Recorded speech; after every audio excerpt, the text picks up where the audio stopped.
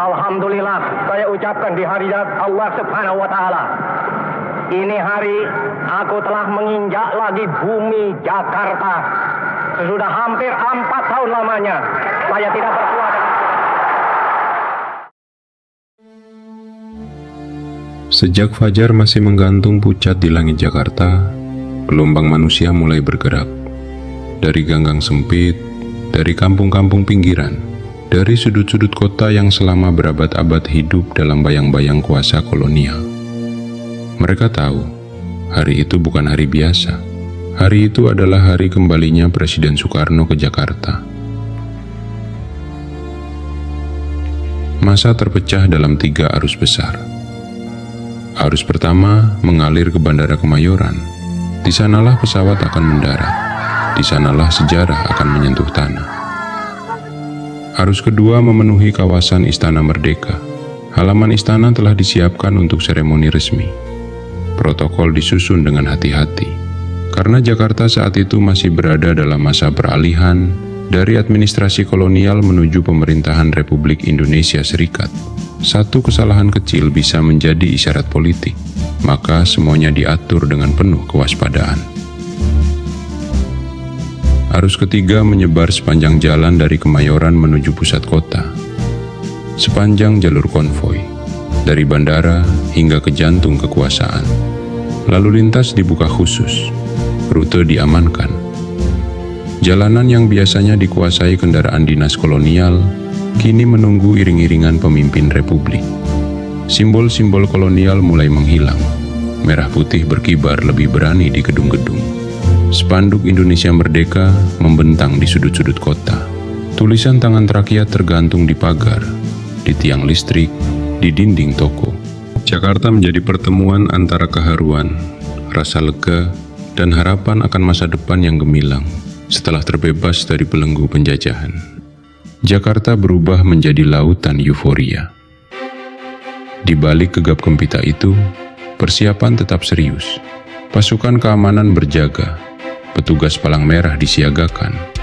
Para pemuda kepanduan berdiri di tepi kerumunan.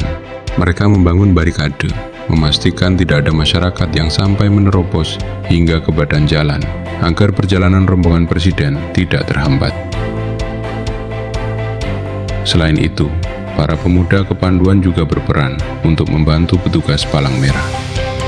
Siap mengangkat mereka yang kelelahan, siap menolong yang pingsan akibat berdesakan dalam lautan manusia. Karena hari itu, Jakarta adalah panggung sejarah, dan seluruh rakyatnya menjadi saksi. Sejak matahari belum tinggi, ribuan rakyat telah memadati area lapangan udara. Mereka berdiri, berdesakan, menunggu, menahan napas. Para pemimpin bangsa telah hadir. Menteri Pertahanan Sultan Hamengkubuwono IX, Wakil Kepala Staf Angkatan Perang T.B. Simatupang, Gubernur Militer Jakarta Letnan Kolonel Daan Yahya, tampak pula Muhammad Rum, Safrudin Prawira Negara, Ahmad Subarjo, dan para tokoh nasional lainnya. Tidak ada oposisi, tidak ada pertentangan antara Republik Indonesia dan Majelis Permusyawaratan Federal. Semuanya sepakat untuk bernaung dalam Republik Indonesia Serikat. Garda kehormatan berdiri tegak, senapan tersusun rapi, protokol berjalan presisi. Kelak peran seremonial ini akan dibebankan kepada pasukan keamanan Presiden, Pas Pampres. Utamanya Batalion Pengawal Protokoler Kenegaraan. Menjelang waktu yang diperkirakan, Sultan Hamengkubuwono IX tampak sibuk berkoordinasi untuk memastikan segala prosesi penyambutan Presiden Soekarno benar-benar telah siap untuk dilaksanakan. Lalu, 2 pesawat Garuda Indonesia Airways terlihat mendekat. Semua mata terangkat ke langit, semua suara mendadak sunyi.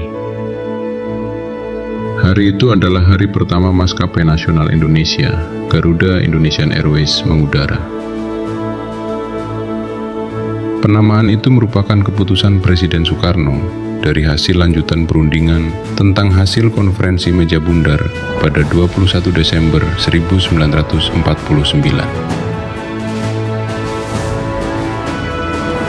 Mesin pesawat meraung pelan, roda menyentuh landasan, dan sejarah pun mendarat. Yang pertama turun, seorang perwira, di tangannya terbentang bendera pusaka. Sesaat kemudian, muncul sosok yang ditunggu, Soekarno. Ia berdiri di puncak tangga pesawat, diam sejenak. Di belakangnya, Fatmawati melangkah turun dengan tenang, anggun, menyertai perjalanan sejarah itu. Dan ketika kaki Soekarno menjejak tanah Kemayoran, langit seakan pecah. Merdeka, sorak-sorai menggema. Tangis pecah di antara kerumunan. Banyak yang mengangkat tangan, banyak yang menyeka air mata. Di tengah momen besar itu, dua anak kecil ikut turun. Guntur Soekarno Putra dan Megawati Soekarno Putri digendong pengasuh mereka. Setelah menjejakkan kaki di tanah Kemayoran, Soekarno tidak berjalan sendiri. Ia naik ke dalam mobil bersama Sultan Hamengkubuwono IX. Dua tokoh revolusi itu duduk berdampingan. Satu adalah proklamator, satu adalah penopang republik di masa paling genting.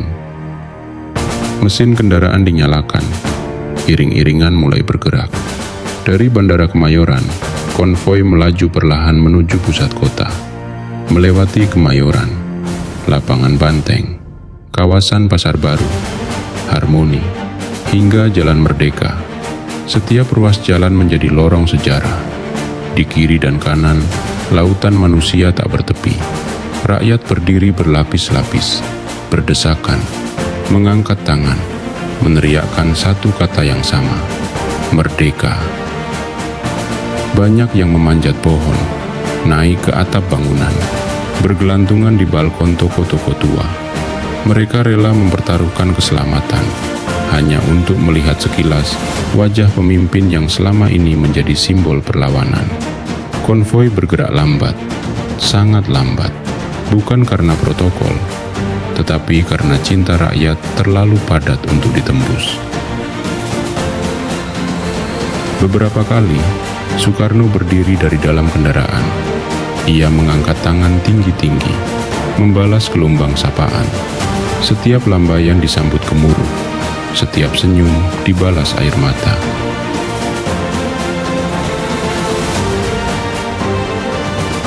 Jakarta hari itu terasa berbeda. Udara yang selama bertahun-tahun dipenuhi aroma kekuasaan kolonial, kini bergetar oleh kebanggaan bangsa merdeka. Dan di sepanjang jalan menuju istana, rakyat menyaksikan satu kepastian: Republik telah kembali ke rumahnya sendiri.